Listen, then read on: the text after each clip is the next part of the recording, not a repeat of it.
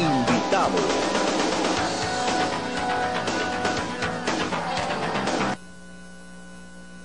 Gracias por acompañarnos. Continuamos desde nuestro set de entrevista. Lo tenemos a el doctor David Quiñones, quien es el secretario general de la CONUAE. Él nos acompaña el Consejo Nacional de la Unidad Afroecuatoriana. Nos acompaña en nuestros estudios precisamente para hablar acerca de los proyectos de inserción que ellos tienen en mente.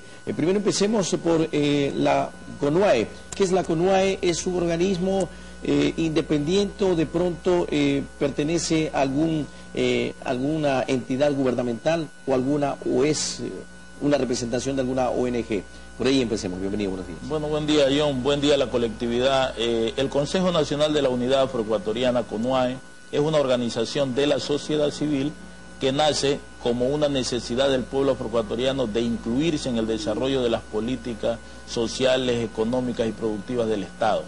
Realmente el pueblo afroecuatoriano, por más de 200 años de república en este Estado, ha estado excluido del beneficio directo de las políticas gubernamentales y ha recibido únicamente, ¿cierto?, algunas políticas asistenciales como la mayoría de ciudadanos en este país. Abiertamente se ha dicho en este gobierno específicamente de que se les ha dado la posibilidad y la oportunidad de participación tanto a los afros, a los indígenas y pues obviamente a la diversidad étnica que tenemos en nuestro país. Bueno, yo creo, John, que el tema pasa porque este es un cambio de época, debo decirlo, y realmente después de 200 años de república, en democracia en este país, los afrodescendientes no teníamos acceso a espacios de toma de decisiones. Y debo indicarlo claramente porque después de 200 años de república, primera vez tenemos un ministro afrodescendiente y que fue Antonio Preciado, el primer ministro. Hoy tenemos diplomáticos afrodescendientes, está Carlos Torres Garcés en Alicante, España, miembro de nuestra organización, está Luis Alberto Quiñones en New Orleans, en Estados Unidos, y se viene gestando, ¿cierto?, un proceso en el caso de Cancillería para incluir en la carrera diplomática afroecuatorianos, indígenas y montubios. Que si antes íbamos a Cancillería no encontrábamos un afroecuatoriano ni de portero, un indígena ni sirviendo el café. Entonces ahora se está planteando que hay 70 cupos, tuvimos una reunión con el canciller Patiño, para que puedan acceder a la carrera diplomática afroecuatorianos, indígenas y montubios. El único requisito es que tengan un título de tercer nivel para que puedan ingresar al estudio en la carrera diplomática. ¿Esta es una carrera, va a ser una carrera diplomática o una capacitación diplomática? Bueno, esa es la carrera diplomática, John, que inicia con un programa de estudio de 2 años aproximadamente, 2 años, claro, para que él pueda acceder a ser un tercer secretario. Luego va a acceder al segundo secretario, primer secretario, consejero, cónsul. Entonces va subiendo en la carrera diplomática hasta llegar a embajador, el título de embajador. Obviamente deben tener, como usted lo ha dicho, el tercer nivel. De ahí pues obviamente el diplomado tendrá 2 años de duración y luego vienen pues las capacitaciones y las orientaciones que deben tener los diplomáticos. ¿Esto se lo hará acá en Ecuador? Bueno, eso ya está planteado en la Cancillería. Y estamos esperando en el transcurso de este mes que salgan las bases del concurso para la participación de los diferentes actores. Pero más que esto, John, el tema pasa porque hoy tenemos una constitución de derechos, una constitución que vincula a todos los sectores y debemos hacer uso de ellas. Porque realmente los derechos están allí y si nosotros no vamos al encuentro de nuestros derechos, nadie va a venir a decir, mira, toma, estos son tus derechos. Entonces, por ello el Consejo Nacional de la Unidad Afroecuatoriana, como organización estructural del pueblo afro, estamos trabajando en juntar voluntades, en generar esa gran unidad a nivel nacional.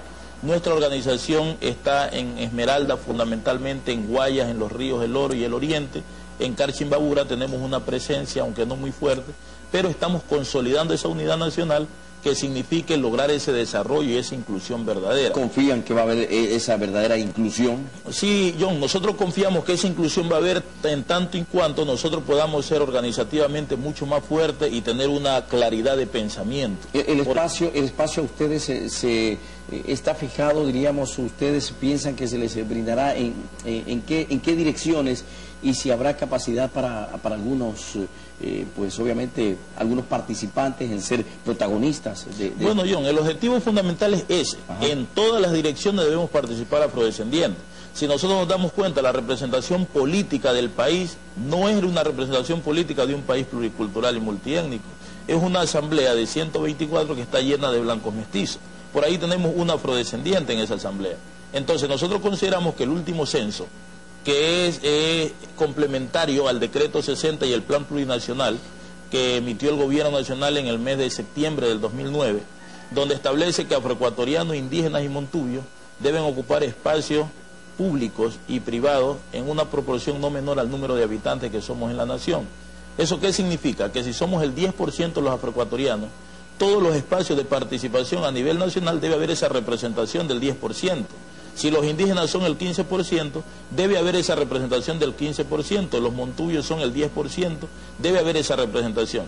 Entonces, este país pluriétnico y multicultural aún no se ha logrado. No se ha logrado. Y no se ha logrado, Lenin, John, perdón, porque hay tenemos malos interlocutores incluso dentro del mismo gobierno, que no están en la capacidad de entender la cosmovisión de estos pueblos para su inclusión verdadera. Entonces, en la Asamblea Nacional mismo no hay esa representación, ahí debería haber el 10% de afrodescendientes. La Corte Nacional de Justicia, que está en un proceso de transición y de reestructuración, se debe garantizar en esa Corte la representación del 10% de afrodescendientes, y en todas las instituciones, incluso en el gabinete del presidente, o sea, debemos estar ahí pensamientos ambiguos y de pronto también bloqueos en las instituciones. Bueno, hay realmente bloqueo en muchas instituciones, pero eso dependerá de la fortaleza de las organizaciones de la sociedad civil, no solo del pueblo afroecuatoriano, sino de los indígenas, de los montubios, quienes todos en conjunto debemos luchar por la materialización de esta propuesta planteada, que la vemos muy objetiva y por lo cual hemos trabajado también con el presidente de la Asamblea Nacional para llevarlo a convertir este decreto ejecutivo en una ley que garantice. Seguros, firmes y convencidos de que solamente pues reclamando sus derechos se pueden lograr obviamente obtenerlos. Por supuesto, John. Mire, tenemos un caso aquí patético, el caso de Comuna Río Santiago Cayapa, una estructura territorial con más de 120 años y que no la donó el Estado a los afrodescendientes, la compraron nuestros ancestros para un desarrollo pleno de sus generaciones. Ningún Estado le entregó crédito a esta comuna para que pueda desarrollarse. Pero contrario a aquello, sí le entregó el crédito a las palmicultoras para que compren los territorios de los afrodescendientes y puedan desarrollar industria. Hoy fue devastada esa comuna con la minería ilegal y ya pasó un poco la fiebre, ¿no? Pasó ya las ofensivas sobre esta comuna y las comunidades siguen en las mismas condiciones, siguen los cráteres hechos por la minería ilegal allí, no se ha hecho una política integral que permita recomponer esta situación del daño y la afectación a la naturaleza y a nuestras comunidades. Entonces esas son políticas de inclusión que aplican muchos interlocutores que están dentro del gobierno, que van contrario a la política que ha establecido el gobierno. El gobierno del presidente dice hágase, pero hay interlocutores que no están en capacidad de materializar esa disposición. Es evidente, eso lo hemos notado en algunas instituciones, y que pues esto a veces como que si deja o desdibuja la tarea que pues ha emprendido el gobierno en muchos de los casos. En todo caso, pues nos ha dicho el doctor David Quiñones que es necesario unirse para pues exigir lo que está marcado en la Constitución, que son los derechos y por supuesto las posibilidades que esta Constitución garantista les ha brindado a los diferentes sectores. Le queremos agradecer a usted, doctor Quiñones, por acompañarnos, y pues obviamente estaremos ávidos para buscar respuestas de reafirmarse la posibilidad de tener pues a los afrodescendientes como representantes de nuestro país en algunas embajadas. Gracias, John, y a la colectividad decirle que solo la unidad nos hace fuerte y que este es el momento del pueblo afrodescendiente, cuando más aún las Naciones Unidas ha planteado que este es el año de los afrodescendientes, y no simplemente debemos considerarlo como un año para hacerle una fiestita a los negritos por ahí, hacer un eventito por aquí para los negritos, sino que tiene que ser un año donde se afirmen políticas económicas, sanitarias, educativas y de desarrollo económico para el pueblo afrodescendiente, que ha tenido un pasado que todos conocemos y que no ha podido tener igualdad en oportunidades que otros. Muy amable, gracias doctor David Quiñones. Así es, no hay que quedarse con los brazos cruzados esperando dádivas, sino que hay que buscar pues realmente ser protagonistas para pues involucrarse netamente, para aportar en el país por su desarrollo.